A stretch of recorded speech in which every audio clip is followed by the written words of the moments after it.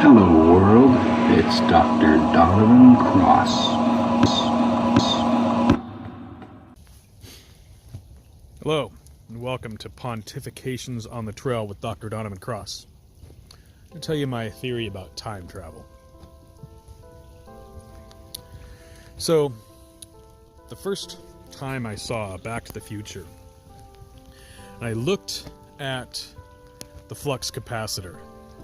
And if you need some visions, just look them up. Go back and look at how the flux capacitor is made. It's probably nothing. It doesn't mean anything in that movie, but look at it for a second. It's like these hoses that are kind of formed into a Y, and it looks like some sort of fluid is running through them. If you know anything about electronics, you know about capacitors and how capacitors work. They're like an insulator with two conductors, and the insulator and the conductors work like a battery, and they'll hold something up. And I think just saying flux capacitor makes it sound like something very interesting.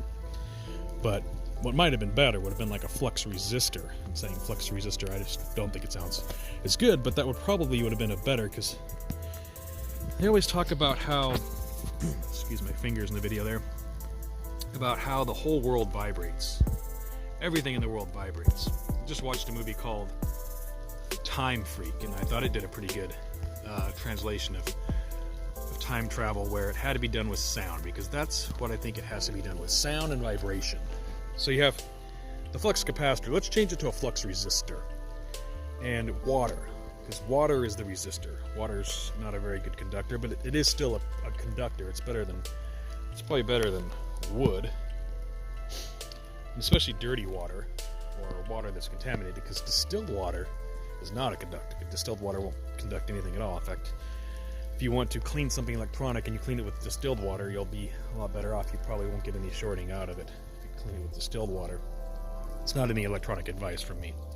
But anyways, so if you could take this water right here, or any water, from a river, you know how they would say when you step in the river, you never step in the same river twice?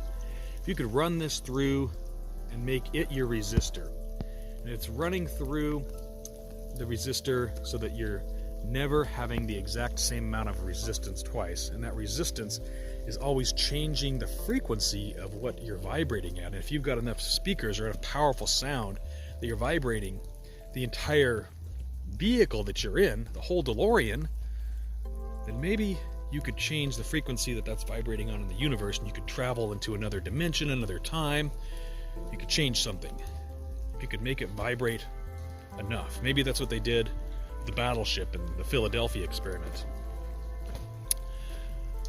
But they make something vibrate enough that it's going to shift vibrations, and it's going to go into another dimension. It's going to travel into time. I think that if we were traveling into time, we would never really be, especially at first, you wouldn't be able to control it. You might go somewhere else, and only part of you, like the men that got blended into the bulkhead of the ship in the Philadelphia experiment. That'd be your first, and that's like the only recorded, time travel we have experiment. If that's what it is, that was a time travel experiment or not.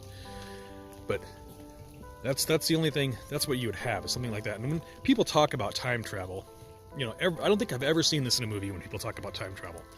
They never think about the fact that you're traveling on this giant sphere that's traveling through space at thousands of miles an hour.